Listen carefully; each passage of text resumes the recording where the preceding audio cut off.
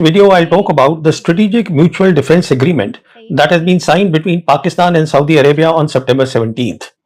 Now, this was a very important event, which is why Pakistan Prime Minister and Pakistan Army Chief, they both were there for the signing of this agreement in Riyadh. Now, this agreement is precisely what it says it is. And what it says in a nutshell is this, that aggression on one will be considered aggression on both. There should be no ambiguity at all into what this agreement is about. As I said, it is what it is. But the issue is about interpreting this agreement. And this is where I believe the Indian analysts, the Indian media, and plenty of foreign analysts, they have got it all wrong. This is precisely what I want to talk about in my video, the interpretation of this agreement. But before I do that, there are three events which are closely linked to this agreement that need to be understood in brief. Now, the first is that it was not a coincidence at all that on 17th of September, when this agreement was being signed in Riyadh, in Islamabad, a press conference was held by retired General Khalid Kidwai, who is now the senior advisor to Pakistan's National Command Authority, and he has been a very high-profile chief of Pakistan's Strategic Plans Division, which is responsible for nuclear weapons. And at this press conference, General Kidwai made two disclosures. First was, he said that when the air battle happened on the first night of Operation Sindoor, Pakistan Air Force shot down 7 fighter jets of the Indian Air Force, 4 of which he said were Rafales. Now, to substantiate his point, he gave evidence also. At the press conference, he gave the tail numbers of the airframes of the 4 Rafales, which Pakistan said it has shot down of the Indian Air Force. Now, this is the first time that Pakistan has given such evidence to the world about 4 Rafales being shot down. So the point is, the ball really is now in India's court. India can either refute this evidence, or India can give a counter evidence, or India can just keep quiet. Assuming that India will just keep quiet about the whole thing, the world in any case believes what it does, even before this disclosure was made. And that is that the outcome of Operation Sindoor was about Pakistan military demonstrating its credible conventional war capabilities against India, a big thing. Now, the second disclosure of General Kidwai was that after Operation Sindoor, we know that the Pakistan Army has raised the Army Rocket Force Command. And according to the general, this command raises the nuclear threshold by inserting an additional layer of deterrence between Pakistan's conventional war deterrence and nuclear war deterrence. So what he's saying here is that the existing credible conventional war fighting capabilities of Pakistan will get further strengthened because of this Rocket Force Command which the Pakistan Army has created. And I agree with General Kidwai's assessment on this. But the point to note here is that this press conference, as I said, was not a coincidence. It was held to give a clear signaling that this agreement, which was being signed in Riyadh, was actually about conventional war capabilities of Pakistan. General Kidwai did not make any reference to the nuclear weapons of Pakistan. If anything, he said that the raising of the Army Rocket Force Command will raise the nuclear threshold level, not lower it. Now, I come to my second point, which is linked with my first point. I have no doubts that it was the performance of Pakistan in Operation Sindoor that was one of the reasons why the Pakistan Army Chief Field Marshal Asim Munir was invited by President Trump to lunch in the White House on June 18th. Now, you see, the problem of President Trump is that the Middle East is a highly volatile region, hugely unpredictable. And President Trump is not in control of America's foreign policy in this region at all. It is no secret that Israel runs America's foreign policy in Middle East, and therefore it is important for President Trump to stay ahead of the Israeli game. What that means is that whatever Israel does, and of course it is doing it with the support of the US military, but President Trump cannot control that. It so appears in the Middle East. So whatever Israel does, Trump has to stay ahead of the game to see that if he has still to be recognized as a peacetime president, he should find a way out to defuse the crisis created by Israel at the earliest. Ensure that it does not lead to an escalation into a full-fledged war or a big war.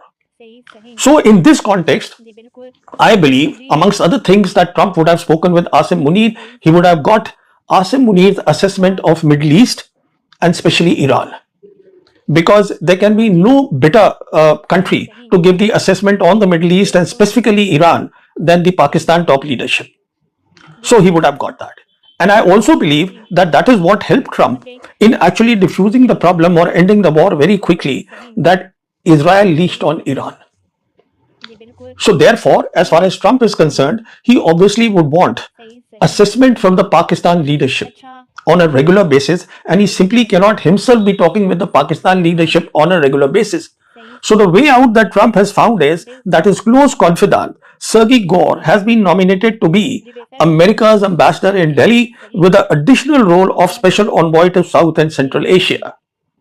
Now, in this capacity, Gore is at liberty. He is free to travel to Pakistan, meet up with their leadership, and get their sense of what is happening in the Middle East, and then convey that directly to his boss, President Trump.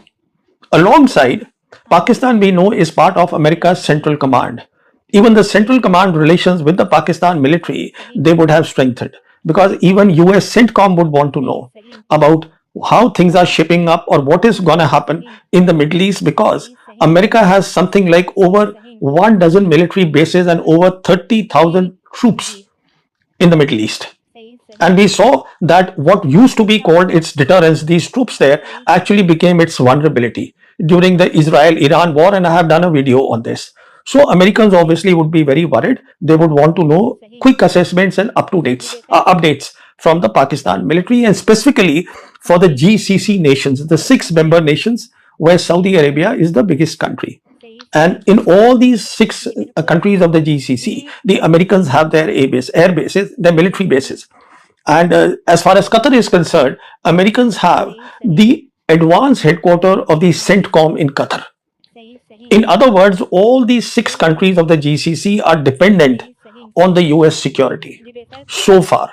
But obviously, they would also be noticing that Trump is not in control of its foreign policy, of his foreign policy in the Middle East, and Israelis have gone rogue. They have gone berserk in the Middle East, and they are just hitting one country after the other. So they cannot be sure about how much security can the Americans provide them, but more on this subject a little later. But the point to make here is that as far as Pakistan is concerned, Pakistan and America today have a strategic relationship because of this. Both at the political level as well as the military level, the Americans want constant advice and opinion and assessments of the Pakistanis.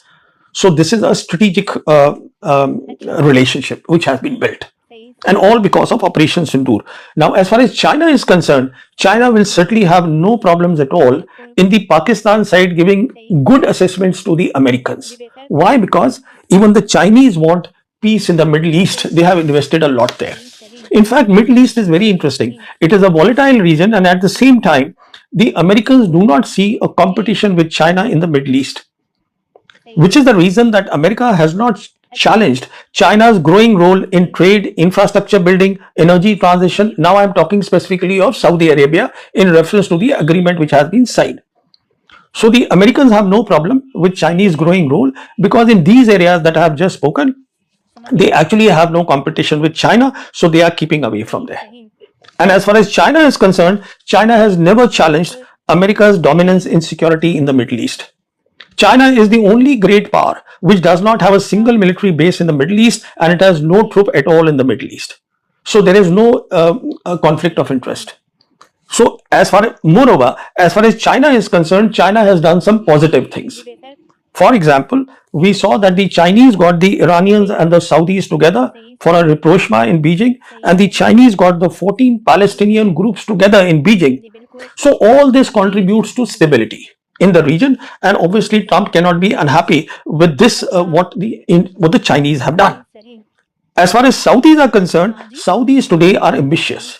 They have a vision plan of 2030 where they understand that oil will not last forever. So they are looking at reindustrialization. They are looking at coming of the new age technologies. And of course, as far as technologies are concerned, not yet, but soon in my assessment, there will be a competition in the technologies, not only to Saudi Arabia, but to all the 6 members of the GCC between America and China. But this is a different subject altogether. So the point here is that the Saudis, they till now wanted the Americans for security, and they want the Chinese because, amongst other things, Chinese is their largest oil market, and they want the Russians because Russia is the most important partner of OPEC. Having said this, ideally Saudi would want to be independent of all these great powers, but obviously that is not possible. Now, coming to the issue of security, as I said, Saudi Arabia and all the GCC countries are no longer sure about how much security can the Americans provide. And we know that between Saudis and Pakistanis, there has been a long-standing defense cooperation. I don't have to go in the details of that. We know that the Pakistani army, the military, they have trained the Saudi army, the Saudi Air Force. So it's a long story that has been going on between as far as defense is concerned, between these two countries, Pakistan and Saudi Arabia. Now the point is why this agreement was necessary. In my assessment, this was necessary, and this serious talks about this agreement would have started after the Israelis attacked Iran on June 13th. That is the time it was enough is enough as far as the Saudis are concerned, and they would have got into a serious deal with the Pakistanis for this agreement. Now, this agreement, even President Trump will not have a problem with. If the Pakistanis can provide deterrence, conventional war deterrence I'm talking about, to the Saudis against Israel, Trump cannot be unhappy with that because he does not want any escalation in the region. So in a roundabout way, if he can't do something, let the Pakistanis do it. In any case, now as I said, Pakistan has strategic ties with America. So this is how all these dots join up in my assessment. So therefore, this has been going on, the serious talk on the agreement for at least 2-3 months now. So once we understand this background, now I'll come to the interpretation, and I'll give 3 points here in the interpretation. The first is this agreement, which has been signed between Pakistan and Saudi Arabia. It is not about nuclear weapons of Pakistan. It is not about Pakistan extending a nuclear umbrella to Saudi Arabia through this agreement, as many analysts are saying, because please refer to what General Kidwai said and why he held the press conference on September 17th. You see, I would rather take General Kidwai's words seriously than the words of Pakistan Defence Minister, because he is a politician and obviously he would not know the military matters very well. So it is very clear to me that this has nothing to do with nuclear weapons. It has to do with Pakistan's conventional war fighting capabilities and credible conventional deterrence, which will be strengthened further, as General Kidwai said, by the raising of Pakistan Army Rocket Force Command. So that's point number one. The second point is, last week I was in China and I was there to attend the 12th Beijing Shangshan Forum. Now, this is a very important annual event in the calendar of China, and this is organized by the Chinese Ministry of National Defense. And this time they had something like 100 heads of government, senior military leaders and scholars from across the globe. And the key issue that they were discussing is, in this particular chapter of the forum, was how to have peace and stability in Asia Pacific region. I won't dwell here much further, except to say, I have said in my earlier videos also, that the Chinese worldview of what is happening in this century aligns with the Russian worldview, and it is entirely different from the way the Westerners think, the Americans think, and even the Indians think. They think in a zero-sum game. These people think that it is possible for everybody to exist together. There is possibility of win-win, that everybody wins. So the point to make is, at this forum, on the 17th when I was attending it, this is the time that the agreement was signed. So I had that good opportunity to talk to a lot of Chinese scholars, both from the PLA as well as from the civilian side. And all of them very clearly said that China wants normal relations with India. It was very clear to me that this is what they want. Then there was a Pakistani delegation. In fact, as far as Pakistanis are concerned, because of their close ties with China, their scholars are in and out of the Chinese universities. So some good people were there at this forum. I could interact with them, and each one of them unambiguously told me, very clearly told me, that Pakistan wants peace and normal ties with India. Everybody told me this. But then the point is, what about this proxy war that is going on? You see, first of all, as I have said repeatedly, this proxy war is a military issue. And for the last 35 years, when the problem started in Jammu and Kashmir in 1990, Indian military leadership has been lazy all along, and they have failed to create credible conventional war fighting capabilities. And it's a consequence of that this proxy war goes on. And as far as Pakistan is concerned, this is all gray zone area, and they do this because they want India and Pakistan to formally or informally come on the table and talk their core concerns that both sides talk. It is not that they are looking for a Kashmir resolution tomorrow, but what they want is, let's talk, let the talks begin, and alongside let the relations be normal. So the point I'm making is, this is what I heard from the Chinese and the Pakistanis, that both want normal ties with India. In other words, as far as this agreement is concerned, I'm very clear that neither country, China or Pakistan, will do anything to jeopardize, to destroy, or to harm the strategic relationship that India has with Saudi Arabia. They will stay clear of that. Now, my third point is that plenty of people have said that this is an agreement that was signed in Riyadh. It is not a treaty or a pact. Therefore, it is not binding legally, and they are right. But my point is that when we are talking about a military agreement which is important for both the parties will put in their best, because both the parties want the outcome. Both the parties want that mutual trust build further in their relationship. So as far as I'm concerned, I do not see much of a difference between a treaty or agreement at all, legality aside, because the investment of the two sides, as I said, will be great in this agreement. And what they did immediately after signing the agreement, the report came that the Saudis immediately informed the Iranians also about what this agreement was about. And the Iranians obviously would be happy, as I said, as far as Iran is concerned, and Saudis, they've had their rapprochement in Beijing with the mediation of the Chinese. So here is the point then. The Iranians have no problem with this agreement. The Saudis welcome this agreement. The Americans are in a roundabout happy that this has happened, so that Trump need not have to take direct action, any action which he can't against the Israelis. The Chinese are happy because it brings peace, and more than peace.